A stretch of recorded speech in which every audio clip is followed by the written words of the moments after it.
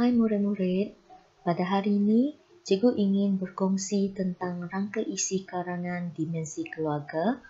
Fokusnya ialah peranan ibu bapa dalam mendidik anak-anak menggunakan TMK. 同学们，今天老师的分享有关 karangan dimensi keluarga 家庭的有关家庭的作文。在这边老师会专注于父母的角色来教育孩子应用 TMK。 Baik murid-murid, sila perhatikan soalan di sini. 同学们请看看这边的作文题目。 Ini ialah soalan karangan. Dalam soalan karangan ini kita perhatikan ada dua ayat. Ayat pertama berbunyi, era modernisasi ini menyaksikan TMK memberikan banyak kebaikan dalam kehidupan seharian. Dan ayat kedua, jelaskan peranan ibu bapa dalam mendidik anak-anak menggunakan TMK secara berkesan dalam kehidupan seharian.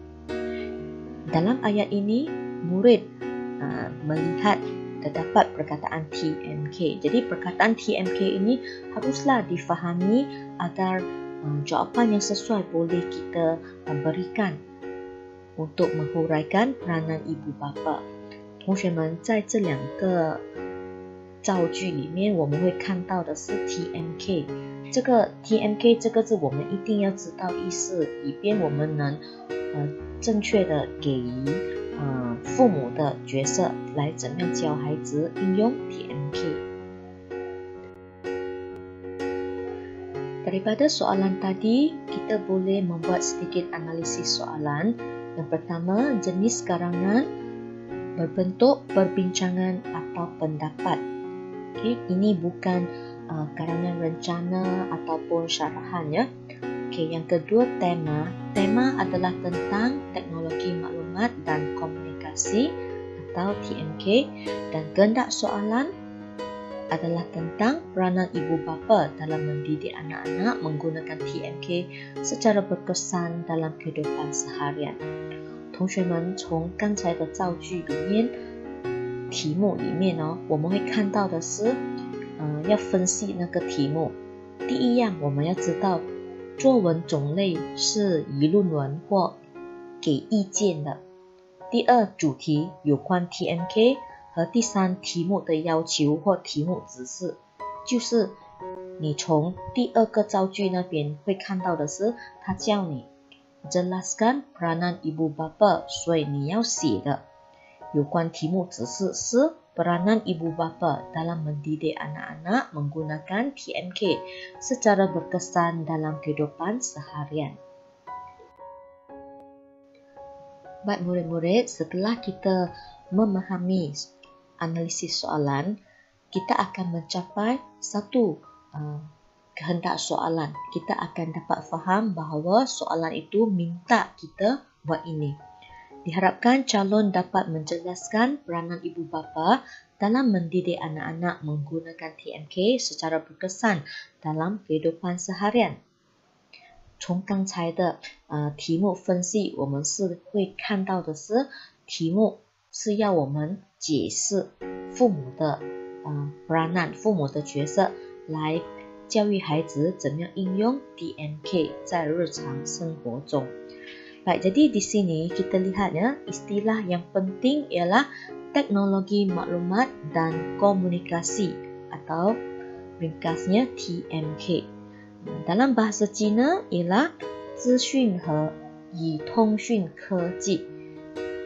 从刚才的题目分析，我们一定要得到的题目指示是父母应扮演的角色，以便教育孩子有效的在日常生活中应用资讯与通讯科技，也就是我们在题目看到的 TMK。 Baiklah murid-murid, kita haruslah mengetahui apa itu teknologi maklumat dan komunikasi. Kalau kita tidak faham apa itu TMK, cikgu yakin isi karangan yang kamu tulis mungkin tidak tepat.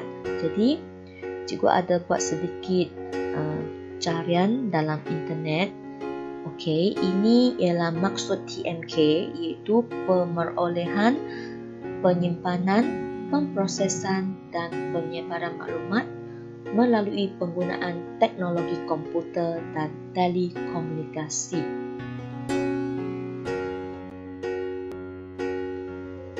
Seterusnya, TMK juga merujuk penggunaan komputer dan perisian untuk mengubah, menyimpan, melindungi, memproses, memindah, melihat dan mendapatkan maklumat tanpa mengira tempat dan waktu.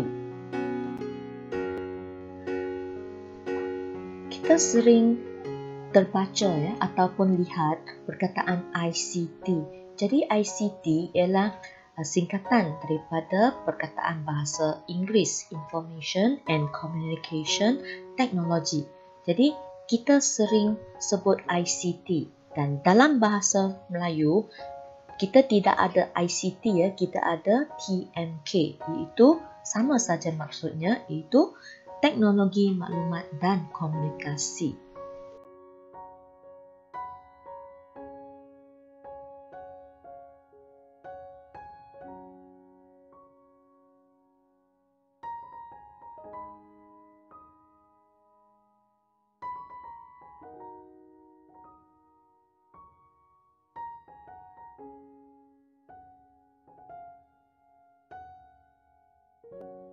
Baiklah murid-murid, daripada soalan ini kita akan mendapat kehendak soalan, iaitu dalam karangan ini kita harus menulis dan membuat huraian tentang peranan ibu bapa dalam mendidik anak-anak menggunakan TMK secara berkesan dalam kehidupan seharian.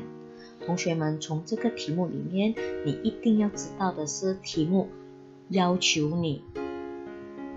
题目的要求就是叫你们讲解父母的角色，来教育孩子怎样有效的在生活中应用 TMK. Baik, inilah cadangan idea tentang peranan ibu bapa.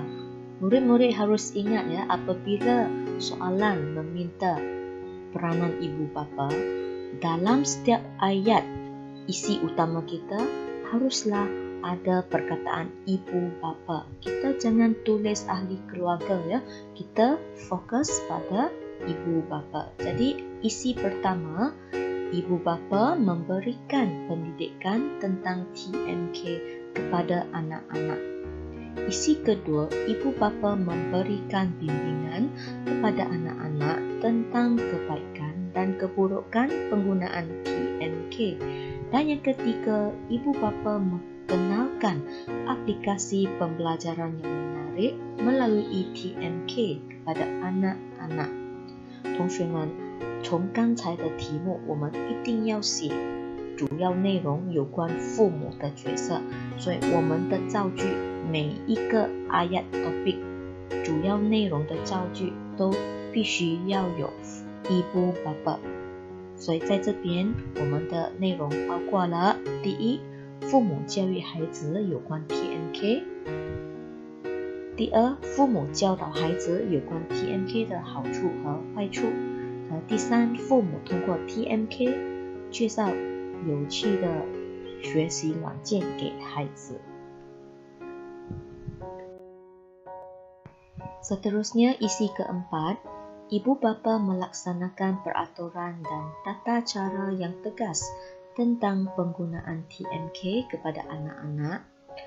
Kelima, ibu bapa menjadi suri teladan tentang cara menggunakan TMK secara berhemah kepada anak-anak.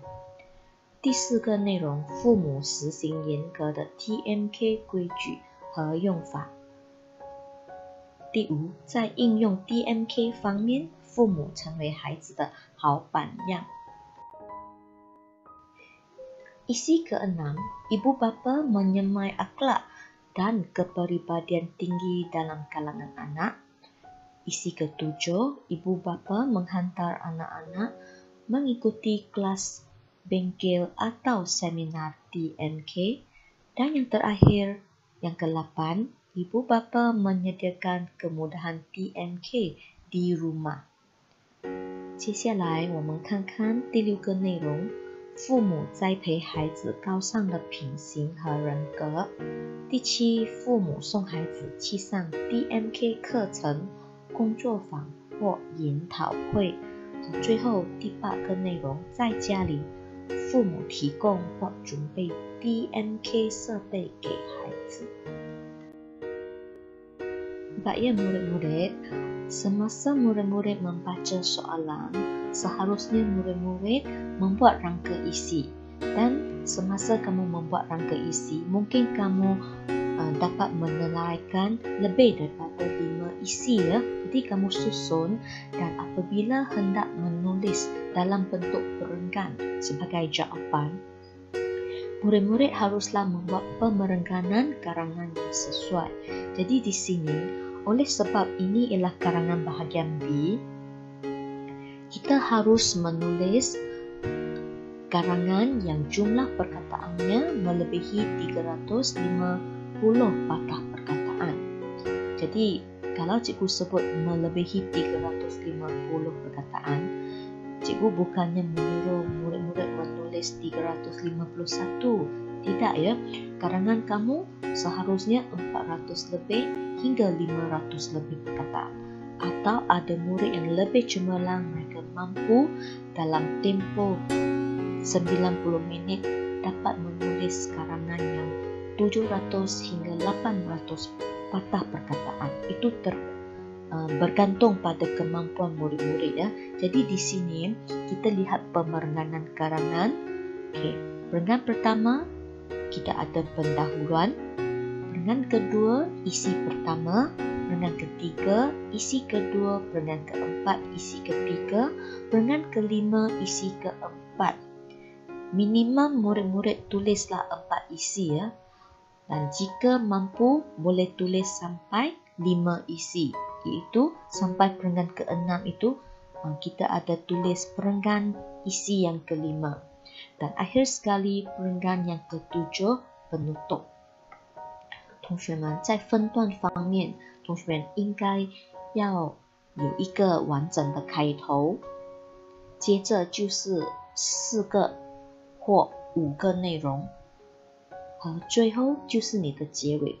你的完整作文就是有开头、内容和结尾。由于这个是karangan bahagian B， 同学们应该要写超过350个字的作文。你的作文千万不要只写到351，你的作文一定是400、500，或有些更优秀的，他的作文会达到700-800个字，这个是有可能的。看你怎么样安排你的时间哦。你的时间一定是在90分钟里面做内容大纲写了和检查你的错字或造句方面的问题。Baik murid-murid, sebagai ulang kaji, cikgu ingin memberi peringatan tentang binaan perenggan isi ya.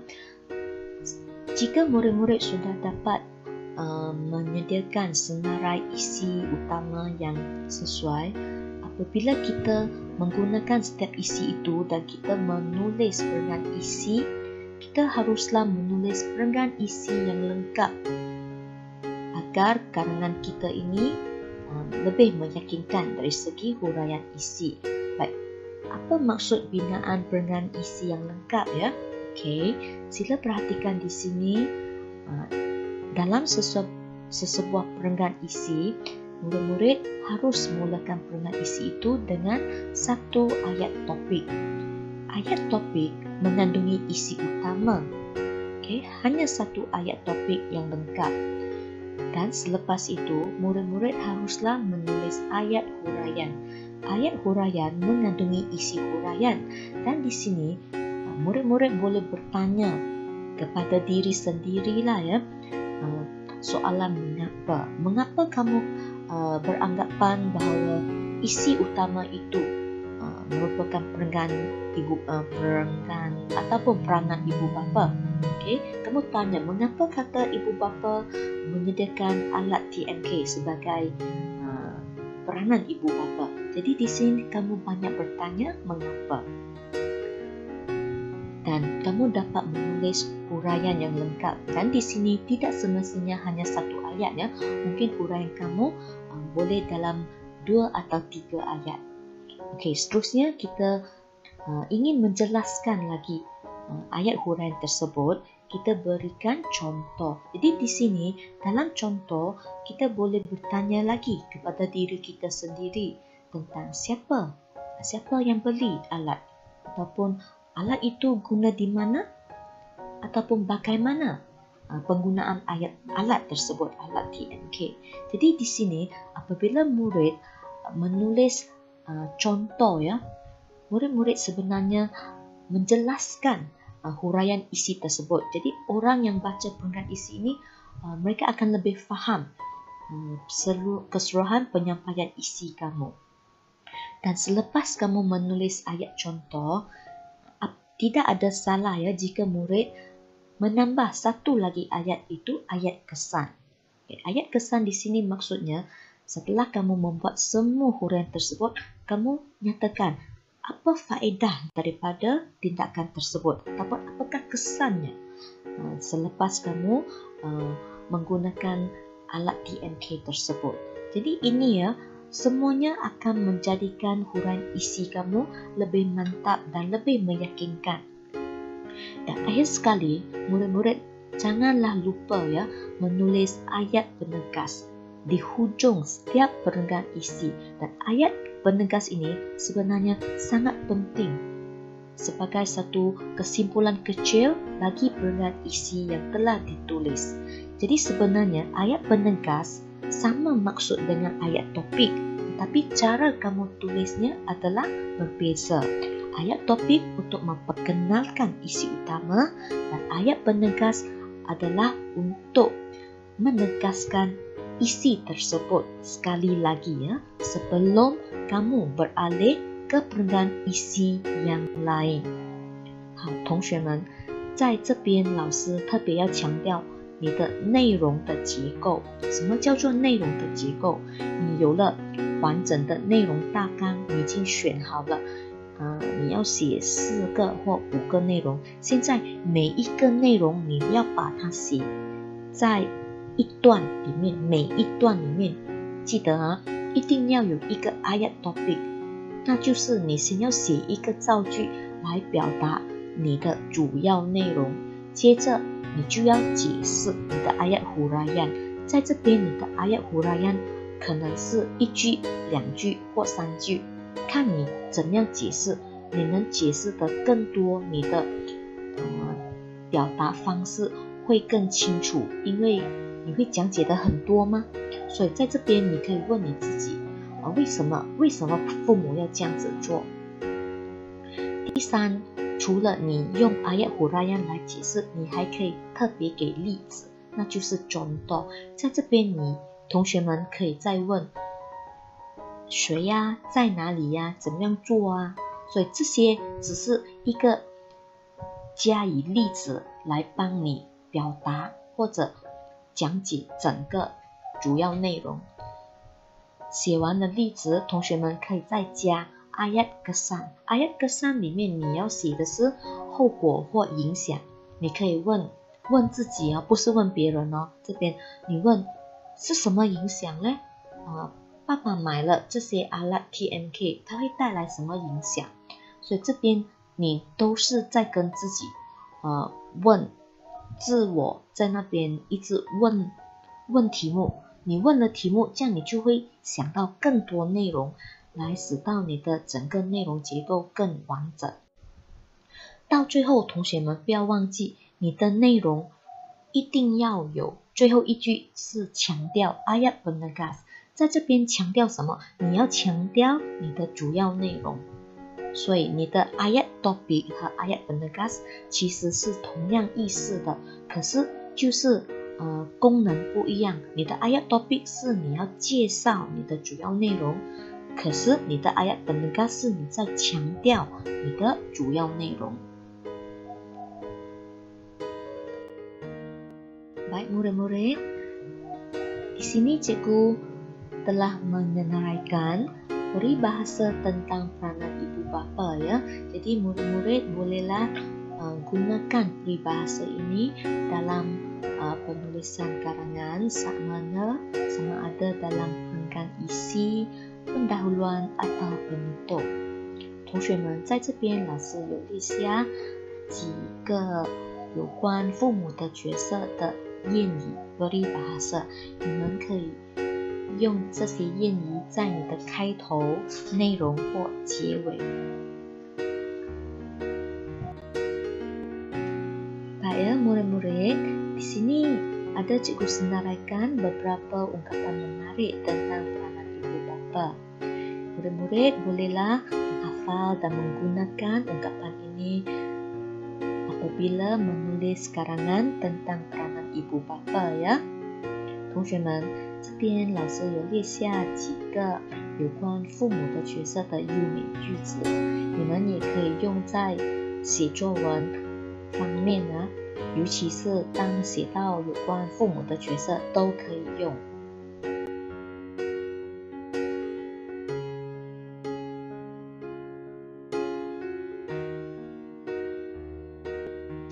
Sekian sahaja perkongsian cikgu. Kita berjumpa lagi dalam video cikgu yang akan datang ya。同学们，老师的分享就到这边，你们要继续加油哦，拜拜。